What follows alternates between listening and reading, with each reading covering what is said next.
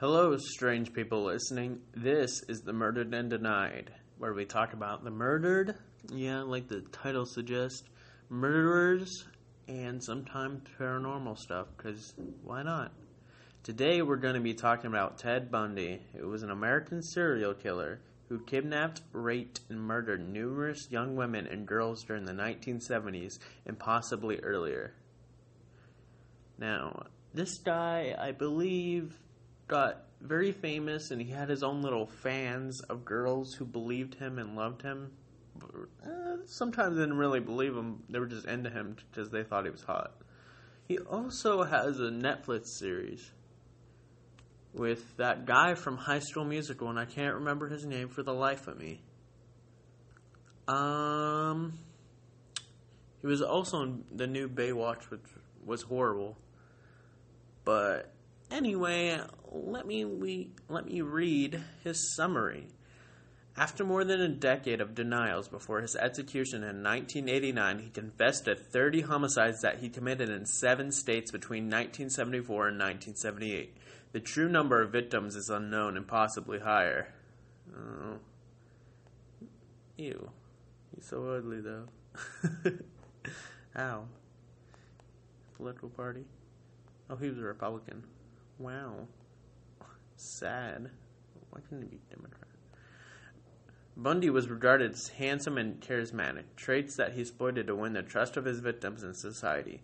He would typically approach his victims in public places, feigning injury or disability or impersonating an authority figure before knocking them unconscious and taking them to secluded locations to sexually abuse them and strangle them. He sometimes revisited his secondary crime scenes, grooming and performing sexual acts with the decomposing corpses until putrefaction and destruction by wild animals made any further interactions impossible. He decapitated at least 12 of his victims and kept some of the severed heads as mementos in his apartment. On a few occasions, he broke into dwellings at night and I don't know how to read that word, his victims as they sleep. In 1975, Bundy was jailed for the first time when he was incarcerated in Utah for aggravated kidnapping and attempted criminal assault. He then became a suspect in a progressively longer list of unsolved homicides in several states. Facing murder charges in Colorado, he engineered 2 dramatic escapes and committed further assaults in Florida, including 3 murders before his ultimate recapture in 1978. For the Florida homicides, he received 3 death sentences into 2 trials. Bundy was executed in the electric chair at Florida State Prison in Rockford, Florida on January 24th, 1989. Good riddance, bye, you're dead. You ugly mother trucker.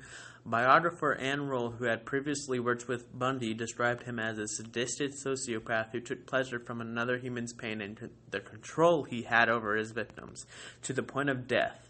And even after, he once called himself the most cold-hearted SOB you'll ever meet. Attorney Paulie Nelson, a member of his last defense team, wrote Bundy was the very definition of heartless evil. Don't you just love it when your lawyer writes that kind of thing? Kind of like the OJ case, but with less racial division. This guy, man. He also appeared on American Horror Story, too. I remember that. I remember seeing him. You know, society always kind of rewards murderers by getting them famous. And there's like a show about him. Like, if you're just a regular person and you don't do anything like extraordinary like most people, you're not going to get famous or put on a show. But if you murder a bunch of people, you will get famous and somewhat rewarded for it. Well, he was not murdered, he was executed, I should say, by the state. But he still has his own show on Netflix. Bro, that is messed up. Society is messed up. It's annoying. Anyway, I hope you learned something gory or something interesting. I hope I piqued your interest. Blah, blah, blah. Now, this was the Murdered and Denied, and I hope you have a good night.